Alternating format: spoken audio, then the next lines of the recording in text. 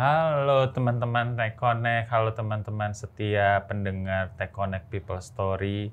Ketemu lagi kita di Tech Connect People Story edisi kali ini. Selamat pagi, siang, sore, malam, tergantung nih teman-teman nonton atau mendengarkan dari media manapun ataupun dari manapun. Kita ketemu lagi dan kali ini kita kedatangan bintang tamu yang ya orangnya kalau misalnya ketemu ngelihat he's very friendly, ceria, walaupun pekerjaannya juga nggak gampang, menantang, tapi juga punya background yang sangat unik. Nanti kita akan coba kulik-kulik lebih banyak. Kita sudah kedatangan Pak Gede Iswantara. Selamat datang Pak, terima kasih nih sudah mau mampir ke sini buat ngobrol-ngobrol santai sama kita. Terima kasih. Mudah-mudahan nanti dari sisi ngobrol ini teman-teman bisa dapat manfaatnya juga. Ya. Kayak gitu. Nah, kita panggil Pak Gede ya Pak ya, biasanya kayak silakan, gitu. Nah, teman-teman, Pak Gede ini saat ini adalah Chief Operating Officer atau COO ya Pak ya, di salah satu perusahaan. Nanti kita akan coba tanya dulu, tapi mungkin dari Pak Gede dulu, bisa perkenalan dulu biar teman-teman tahu Pak Gede sekarang tuh lagi sibuk apa Pak, ngurusin apa. Ya, terima kasih Mas Polri. Selamat pagi, siang, sore, ataupun malam teman-teman semuanya. Ya, terima kasih ya, merupakan kesempatan yang luar biasa saya diundang ke sesi ini, podcast ini ya.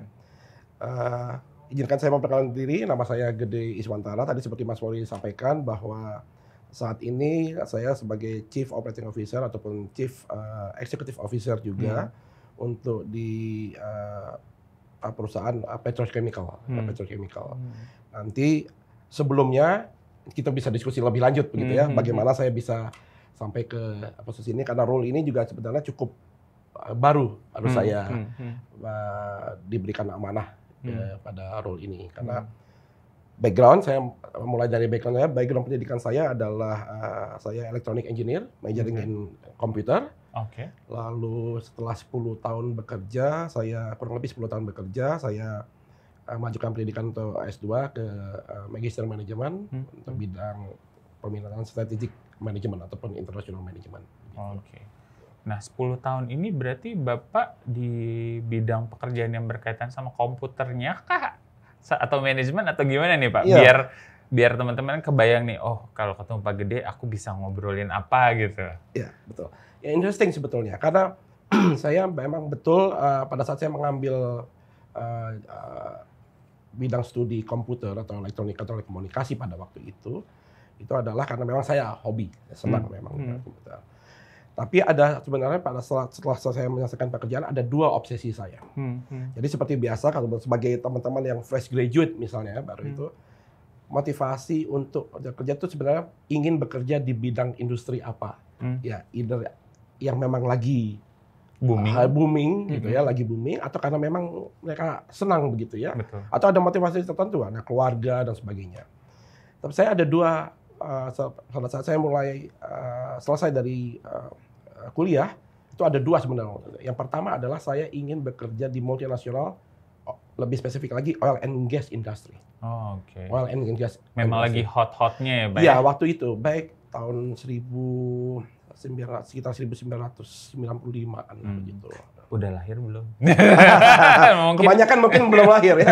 Tahun 1995 itu memang soalnya yang sekarang kalau di kantor kelahirannya tahun 2000 loh Pak. Ya, di atas bahkan ya di atas 2000, betul tahun 2000. Nah, waktu itu yang pertama kenapa? Karena waktu itu saya juga terobses. Saya merasa bahwa dengan bekerja di oil and gas company itu akan terbuka kesempatan untuk saya bisa punya international exposure. Jadi bahkan someday saya akan bisa bekerja di luar negeri. Gitu yang pertama. Lalu yang dan harus saya akui juga bahwa obsesi itu karena dari keluarga saya. Jadi orang tua saya kebetulan kerja di oil and gas juga. Gitu. Jadi saya ingin ada di sana. Yang kedua konsultan. Jadi hanya dua itu saja. Jadi sejak dari saya apply ke either oil and gas ataupun konsultan. Fokus ya, jadi langsung dua itu top ya. Kalau konsultan kenapa? Karena pada saat itu juga sebetulnya pada saat itu konsultan juga ya belum se-booming sekarang ya, begitu banyak manajemen consulting ya, Betul. manajemen consulting yang namun saya bisa melihat bahwa tetap saya bisa mendapatkan international exposure. Betul. Yang kedua, dengan saya bekerja di perusahaan konsultan itu bisa mendapatkan exposure dari multiple industries untuk belajar. Jadi saya pikir karena nggak cukup.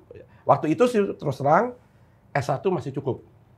Pada Back saat 1995 itu ya. Not even 2000 ya. Not even 2000 ya, 1995 S1 masih cukup ya dengan ini apa namanya IPK yang tentunya juga memadai begitu ya. Namun masih cukup. Nah, kalau saya bisa di konsultan, saya bisa terus mengembangkan. Oleh karena itu saya dua itu obsesi di oil and gas dan keinginan untuk bisa masuk ke perusahaan yang memang bisa memberikan kesempatan saya untuk bisa terus mengembangkan diri. Oleh karena itu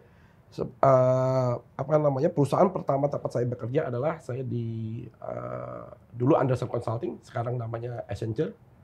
Sempat kurang lebih 3 bulan di sana.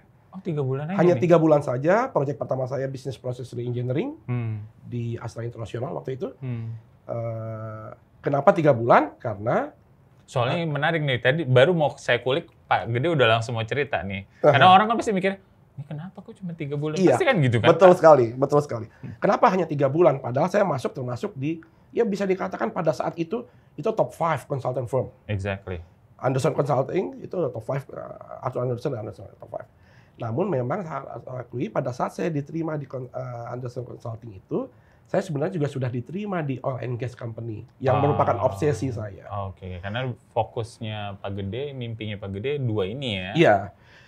Dan pada saat itu, nah itu karena teman-teman mungkin banyak yang belum lahir, untuk bekerja di perusahaan BUMN ataupun perusahaan yang ini, itu harus perusahaan milik negara, itu harus melalui proses yang namanya litsus, penelitian khusus. Itu zamannya Orde Baru itu kan. Jadi itu takes time. Jadi sambil menunggu proses itu, saya dapat offer dari terima dulu, jalanin dulu. Dan pada saat sebenarnya cita-cita saya sudah sedikit lagi udah tercapai waktu itu karena di offer sebagai general consultant, di offer untuk pendidikan di Chicago, US. Wah, ini sebenarnya ini sangat another dream come true juga ya. Dream come true juga gitu karena ya. Multinational Multinational, iya, exposure international. Namun dengan ada ikatan kerja 2 tahun. Sementara pada saat bersamaan sudah juga ada konfirmasi dari oil and gas itu. Sampai akhirnya saya masuk di oil and gas Maxus Southeast Sumatra sekarang namanya. Kurang lebih hampir 3 tahun. Jadi kalau tadi Mas Flori nanya di bidang apa? Masih di bidang komputer. Betul-betul di information technology, IT support, PC support begitu. Sampai situ dulu. Sampai hampir kurang lebih 3 tahun. Kurang lebih 3 tahun. Lalu saya pindah lagi ke another oil and gas company. Sebetulnya bukan karena saya mau pindah. Saya kalau dikatakan zona nyaman belum lah, masih terlalu dini untuk saya katakan bahwa saya ada zona nyaman. Karena itu masih dalam taraf belajar juga begitu ya. Namun lebih karena kembali ke obsesi saya. Oil and gas. Waktu itu setelah 3 tahun saya bekerja, Mas Flori mungkin dulu baru dimulai adanya outsourcing. Jadi IT itu adalah salah satu, kalau sekarang sudah sangat umum itu, IT di outsource. Itu IT di perusahaan oil gas itu di outsource ke Schlumberger. Itu juga another perusahaan yang cukup ini ya, multinasional dan apa. Namun karena saya ada obsesi pribadi begitu dikatakan, walaupun saya jadi nggak kerja di perusahaan oil gas lagi. Kebetulan ada ini di salah satu subsidiary-nya dari Chevron. Gitu. Di situ berapa tahun tuh Pak Gede? Di Chevron itu bisa dikatakan hampir 20 tahun jadi totalnya. Jadi di Chevron sendiri dari yang geothermal industry, lalu sempat juga ke oil and gas-nya. Oil and gas mungkin di 5 tahun 6 tahun terakhir di oil and gas, sebelumnya di geothermal. Nah, walaupun hampir 20 tahun di Chevron, namun area ataupun bidang pekerjaannya itu berubah-ubah, berkembang. Jadi itu juga hal yang mungkin perlu menjadi perhatian ataupun hal yang menurut saya sebagai tips lah juga untuk kita semua begitu ya, bahwa bekerja di satu perusahaan itu bukan berarti bahwa harus tetap di satu bidang gitu saja. Jadi awalnya IT karena saya memang pindah itu dari IT, lalu saya melanjutkan pendidikan di S2 Strategic Management. Begitu selesai, perusahaan menawarkan kesempatan untuk saya bisa exercise knowledge dan kompetensi saya yang baru. Jadi saya kurang lebih 3 tahun pindah ke budget and planning. Oh, oke. 3 tahun itu under finance atau gimana? Betul, budget and planning satu departemen sendiri gitu ya. Tapi bersinggungan dengan finance gitu ya. Budget and planning kurang lebih 3 tahun. Lalu setelah itu baru saya mulai masuk ke procurement, supply chain management. Dan tetap karena saya ada IT, ada finance, sehingga procurement dan waktu itu digabung dengan IT system support, finance support. Oh, berarti kalau misalnya menarik ke belakang di IT, Bapak itu lebih ke sistem dan prosedur atau di technicalities? Karena kan IT dibagi-bagi juga nih, Pak. Iya, good question. Lebih tepatnya ke arah ke technical support. Yang menarik dan menurut saya sangat mengambil value dari pada waktu itu. Nih lagi, teman-teman pasti banyak yang waktu saya sebagai PC support, mungkin sekarang udah nggak ada yang tahu, bahwa dulu masih nggak tahu. Mas Flory masih sempat nggak merasakan pakai floppy disk? Masih ya, oke. Masih yang kotak itu ya, Pak, ya, terus gitu ya, dimasukin, loadingnya butuh jadi berapa menit? Jadi saya di 3 tahun, 5 tahun pertama di IT itu, karena saya sebagai IT support ya, seperti teman-teman sekarang yang di IT, kalau ada isu dengan waktu itu ya masih terus sekarang komputer, virus, koneksi jaringan dulu, internet nggak pakai wifi ya, internet yang dial, pakai kabel, yang kayak begitu tuh. Bikin Indomie belum tentu connect. Dan itu sampai ke level MD-nya gitu ya. Jadi karena kebetulan saya ya kemampuan berbahasa saya mungkin lebih dari rata-rata teman, sehingga kan ada pool of resource untuk helpdesk lah, sebagai helpdesk-nya, sehingga untuk eksekutif dan expatriate itu, akhirnya mereka punya kind of favorite engineers lah. Jadi kalau ada problem yang saya minta yang dicari begitu. Nah, tapi yang saya mau highlight itu adalah bahwa karena saya kebetulan di bidang itu, saya terekspos untuk berkomunikasi, berinteraksi dengan different level of people begitu ya, baik dari sisi departemennya ya, divisi departemennya, maupun level mulai dari yang front staff sampai ke direksi tadi ya, managing director bahkan ya. Bercerita, kita tahu kebutuhannya mereka dan sebagainya. Jadi itu betul-betul sudah terbentuk secara tidak langsung saya untuk customer support behavior. Understanding and listening ya, Pak, exactly. Ya, untuk tahu sebenarnya dia butuh apa sih. Dia sih? sebenarnya butuh apa ya, dan itu hanya bisa didapatkan dengan ya kita berkomunikasi dan ternyata salah satu juga value yang saya dapatkan berdasarkan masukan itu, bahwa mereka itu ya bukan saja kemampuan untuk bisa solve isu, tapi untuk bisa berkomunikasi, mengerti, memahami apa isunya mereka begitu. Even beyond from what they request at that time juga ya, Pak? Exactly kayak begitu. Jadi mereka dan di sana ya sama seperti sekarang juga, bisa dibayangkan saya level yang support engineer itu bisa punya akses sampai ke level MD. Itu yang MD yang expatriate begitu ya. Jadi biasanya kan susah sekali itu untuk bisa dapat ke sana begitu. Beberapa orang akan merasa bahwa ketika punya kesempatan untuk berinteraksi dengan level tersebut tuh kayak pressure, Pak.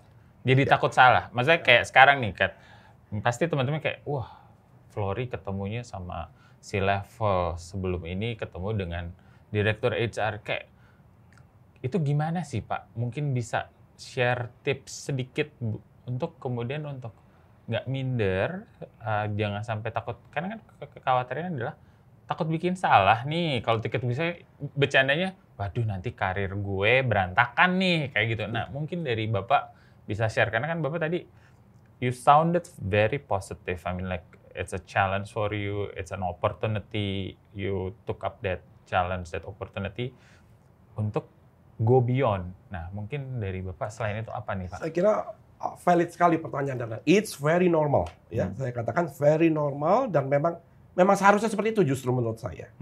Karena bohong kalau saya katakan enggak, you have to overcome that kind of feeling gitu ya, untuk enggak, bohong. Itu sangat normal. Tapi menurut saya perasaan seperti itulah yang membuat kita harus mendevelop, membangun rasa percaya diri. Bagaimana caranya adalah oke, apa yang kita takutkan? Oh ya, karena kita nanti dianggap tidak tahu. Ya kalau gitu, equip dari kita untuk bisa memastikan kita tidak tahu untuk hal-hal yang memang di luar itu nggak jadi masalah. Justru dari situ bisa nanti bangun komunikasi untuk kita berkomunikasi dan kita bisa cari tahu apa. Tapi memang adalah kewajiban dari kita, kalau kita misalnya di IT, bisa support, ya saya harus paling tidak ada yang minimum saya harus tahu kalau kayak seperti ini problemnya apa gitu. Perasaan itu ada dan selalu ada bahkan sampai sekarang, harus saya akui. Kan ya kecuali mungkin kalau kita sebagai owner dari perusahaan ya. Ini biar teman-teman, kalau sekarang kan banyak teman-teman juga yang sebagai entrepreneur ya, kecuali kita sebagai owner dari perusahaan, kalau kita masih bekerja dengan orang, even C-level, even board of director, kita masih punya tanggung jawab untuk bisa. Dan perasaan itu tetap ada. BOD, pada saat mau BOD, BOC meeting, itu punya perasaan yang sama itu. Wah, kita akan ketemu dengan board of commissioner. Bagaimana nih nanti kalau kita dianggap kita tidak perform? Bagaimana jika ada pertanyaan terkait dengan isu tertentu? That make us well prepare gitu loh. Nah, itu yang saya hadapi dari awal saya berinteraksi dengan mereka, namun akhirnya saya berpikir, oh iya, pertama the way kita berkomunikasi dengan mereka, ya, jadi sama sih sebetulnya. Menurut saya sangat manusiawi dan itu juga menjadi kunci adalah kita bisa menjadi pendengar yang baik, bisa memahami apa poin lawan bicara kita. Kalau dalam konteks service organization atau service organization, kita harus bisa memahami apa sih sebetulnya keinginan mereka.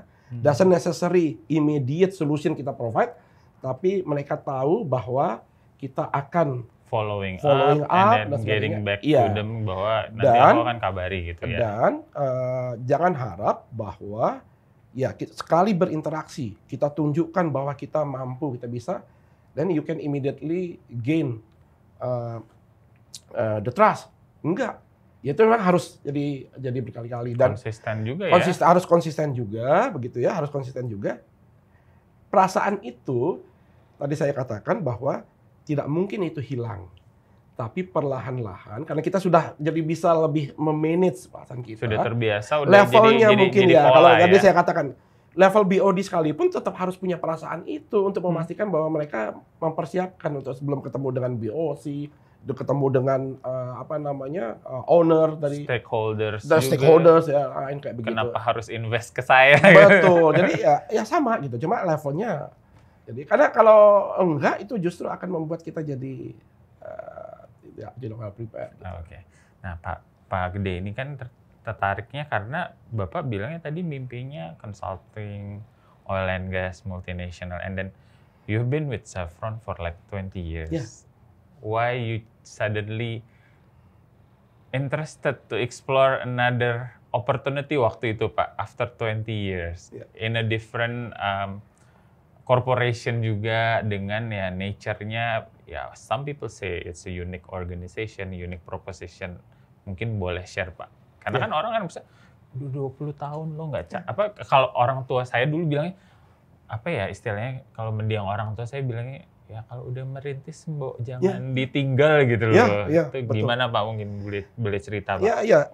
Menarik sekali pertanyaan dari Mas Wari ini memang betul-betul sesuatu yang sebetulnya pada saat saya mengambil keputusan itu juga bukan hal yang mudah begitu ya. Setelah 20 tahun, jujur harus saya sampaikan bahwa saya pikir ya saya akan selesai. Nah, apalagi banyaklah teman-teman yang menyelesaikan karirnya di sana. Betul. Jadi purna karyanya itu di sana. Dan definitely I don't have any issue dalam artian dari perjalanan karir saya. Nah ini baru di level inilah yang baru yang sekarang sering dikatakan sebagai comfort zone, gitu ya. Tapi comfort zone-nya itu juga harus kita lihat, harus ada yang men-trigger gitu ya. Saya katakan yang men-trigger bahwa whether or not kita tuh memang berada di comfort zone gitu ya. Jadi karena bisa saya katakan bahwa di 3 tahun terakhir sebelum saya akhirnya memutuskan untuk itu adalah karena saya sudah bisa dikatakan di bidang saya di procurement itu ya kayak orang yang kalau bilang baru bangun tidur pun menghadapi atau mengatasi isu atau mendeliver service yang yang dikerjakannya itu bisa dengan instan lah gitu. Dan itu terbukti dengan penilaian kinerja tahunan lah gitu ya.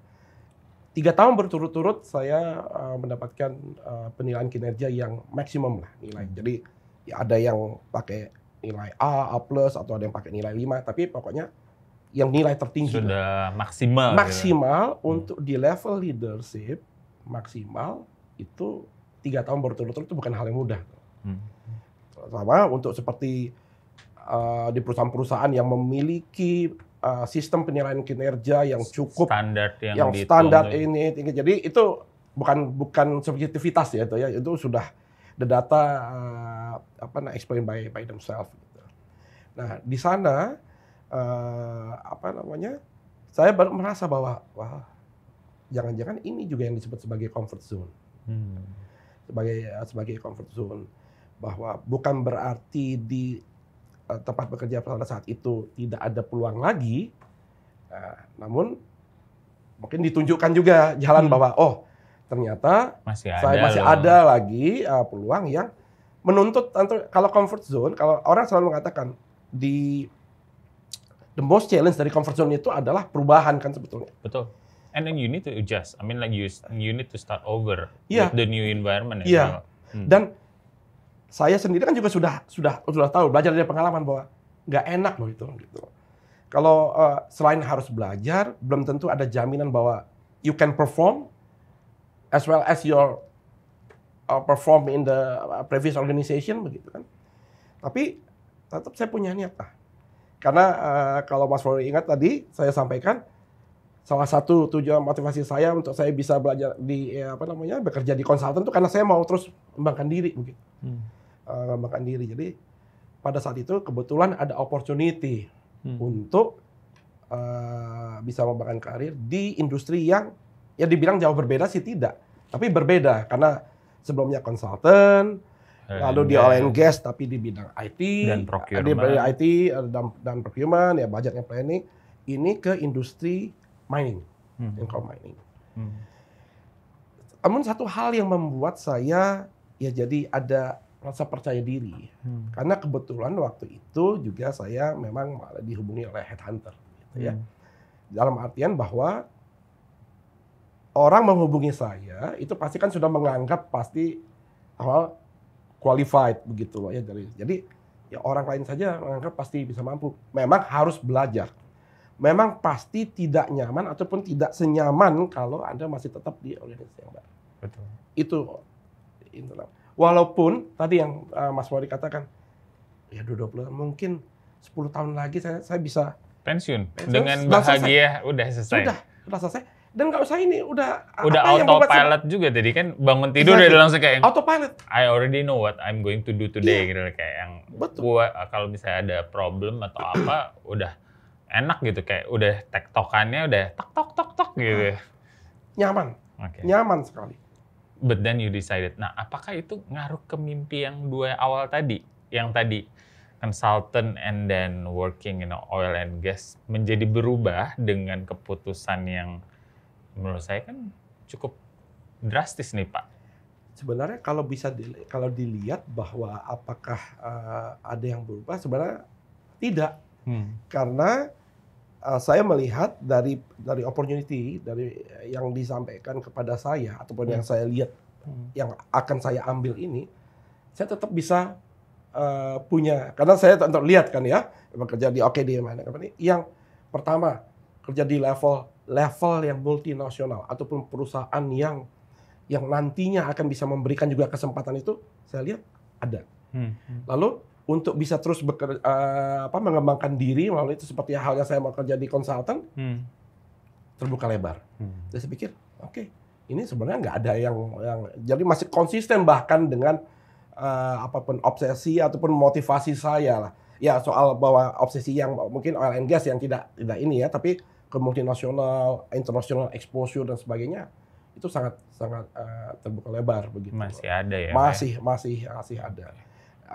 Dan saya juga lihat bedanya, ya, sebenarnya sama ya kalau fresh graduate dengan yang experience hire yang ditanyakan oleh perusahaan itu setiap kali kita mau Mas Flori mungkin sangat hatam tuh mengenai bahwa yang ditanyakan itu apa yang bisa Anda berikan kepada perusahaan kayak begitu kan ya. Jadi kita memang harus tahu, harus lihat di area mana kita bisa berikan.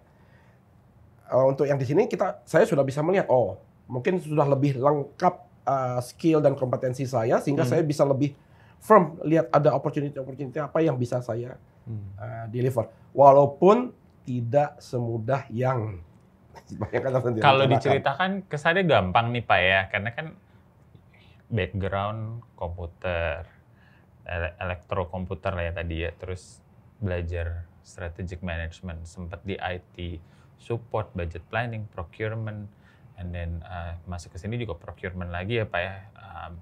Kemudian sekarang C-level position, yang which is kemudian itu kan kayak ada selalu learning curve baru terus nih Pak. Aku ngelihat penyesuaian lagi, mungkin bisa share juga nih Pak. Kalau tadi kan fokusnya di komunikasi, listening, understanding, and then keep on updating yourself. Mungkin ada yang lain Pak Gede. Kalau bicara mengenai learning curve, mengenai tadi skill-skill apa yang dibutuhkan untuk bisa. Yang saya lihat berbeda itu adalah waktu yang dibutuhkan. Jadi betul untuk setiap kita keluar dari zona nyaman, kita setiap mengambil opportunity yang baru, itu kita akan berada di another learning curve. Betul. Namun yang membedakan yang saya lihat dari pengalaman saya itu adalah waktu yang dibutuhkan untuk kita bisa cope dengan akselerasi itu yang berbeda. Berbedanya di mana? Karena makin kita menjalani learning curve itu ya dengan pengalaman makin banyak value yang bisa kita serap dari pengalaman kita bekerja, itu kita sudah bisa ibaratnya kalau carpenters ataupun montir yang punya set of tools ya, itu makin lengkap tools ya. Dan kita makin banyak ya? Iya, kita toolsnya makin banyak dan kita makin tahu mana yang harus kita gunakan untuk bisa jadi lebih efektif. Either technical, either soft skills.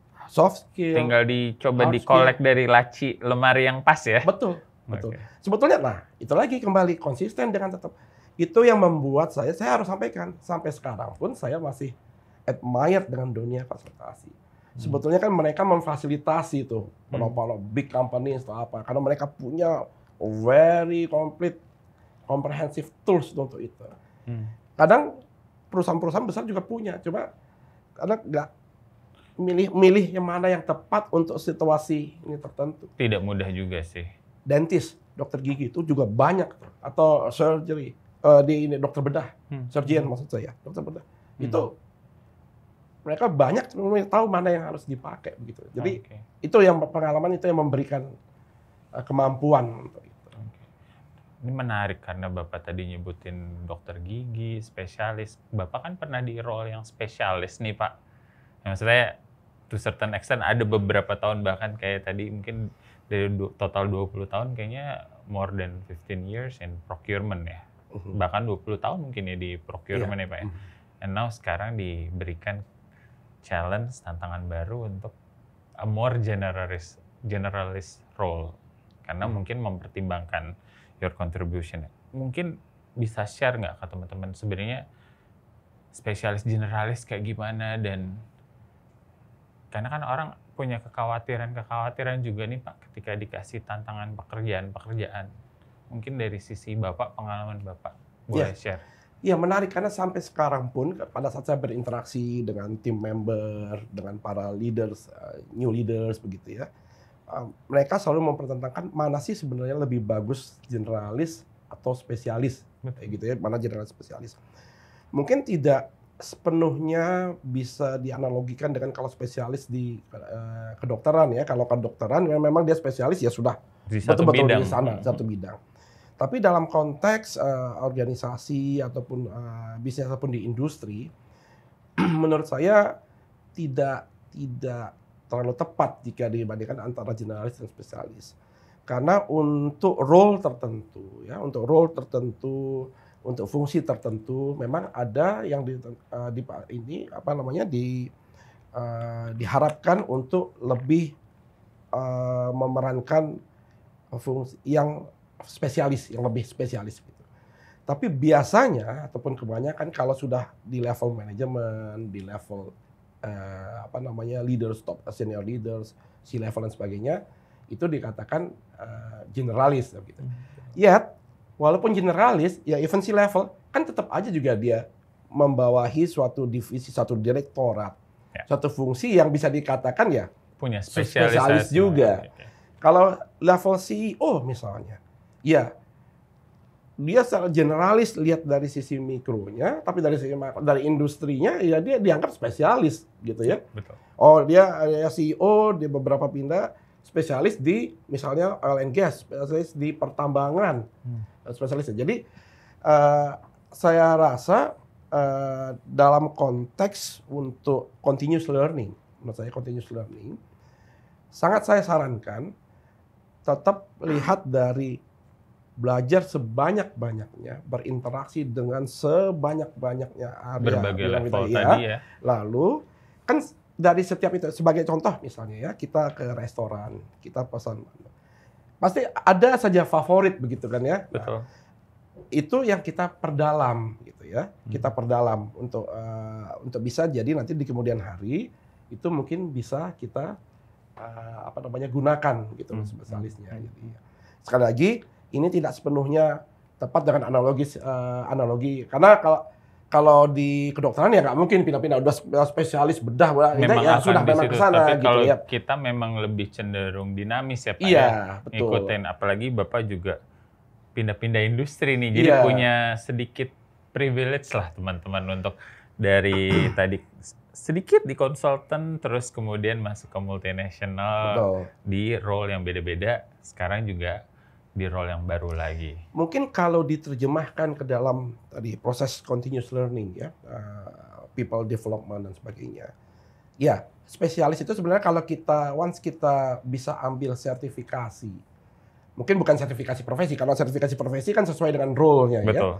Tapi sertifikasi yang tidak dibatasi oleh pengalaman atau profesi ya, background pendidikan atau apa, sangat saya sarankan untuk sebanyak mungkin sesuai dengan bukan sertifikasi yang kredibel begitu, dan yang lebih penting lagi sebenarnya yang sesuai dengan minat dari kita, dari teman-teman semua. Karena kalau hanya sekedar complete the checkbox gitu, ya saya punya 10-15 sertifikasi, ya tapi nggak bisa diimplementasikan. Exactly. Itu sebetulnya nggak bisa diimplementasikan. Jadi pada saat mengambil sertifikasi atau quote-unquote spesialisasi terhadap satu bidang itu, kita sebenarnya sudah tahu bahwa ini nanti kita akan bisa kita gunakan jika kita menghadapi situasi atau isu tertentu. Itu really works. Menarik nih Pak, karena Bapak juga di awal sempat menyebutkan tahun 1990. Sementara kita sekarang sudah mungkin udah mau 2024 atau udah 2024 nih Pak. Ada nggak sih perbedaannya selain jenis pekerjaan tadi, roles and responsibility berubah, perusahaan berubah, tahun berubah, gimana nih Pak ngelihatnya? Ya, mungkin yang paling obvious pertama adalah ya tentu dari teknologi sendiri ya, dari teknologi sendiri. Namun mungkin tadi Mas Pauli katakan bahwa saya telah mendapatkan privilege karena saya kebetulan background saya juga di bidang teknologi gitu ya. Jadi sejak saya belajar mengenai teknologi itu, saya sudah tahu bahwa ini sesuatu yang akan sulit sekali untuk dikejar gitu ya. Sehingga ya kita harus membuat diri kita, perusahaan kita itu harus benar-benar agile untuk bisa bisa, dan itu terbukti sampai sekarang gitu ya. Poinnya mungkin sekali lagi tadi saya katakan, saya termasuk percaya bahwa bukan untuk mengejar, tapi mana dari bagian dari teknologi itu yang benar-benar kita bisa adopt and adapt segera ke dalam proses dalam organisasi kita gitu. Jadi untuk create value. Jadi sebenarnya tren itu tuh sudah terbaca sejak tahun 90 itu, bahwa itu sesuatu yang keniscayaan lah bisa dikatakan. Lalu yang kedua yang kelihatan sekali berubah itu adalah yaitu dari teman-teman kita ini Gen Z, bahwa sebetulnya, dan itu juga saya termasuk bukan yang untuk dipertentangkan antara yang dicari untuk setiap jadi bikin stereotype gitu antara Gen Z. Sebetulnya teman-teman Gen Z ini juga punya karakteristik lah menurut saya, punya karakter. Sebenarnya bukan Gen Z aja, setiap generation punya.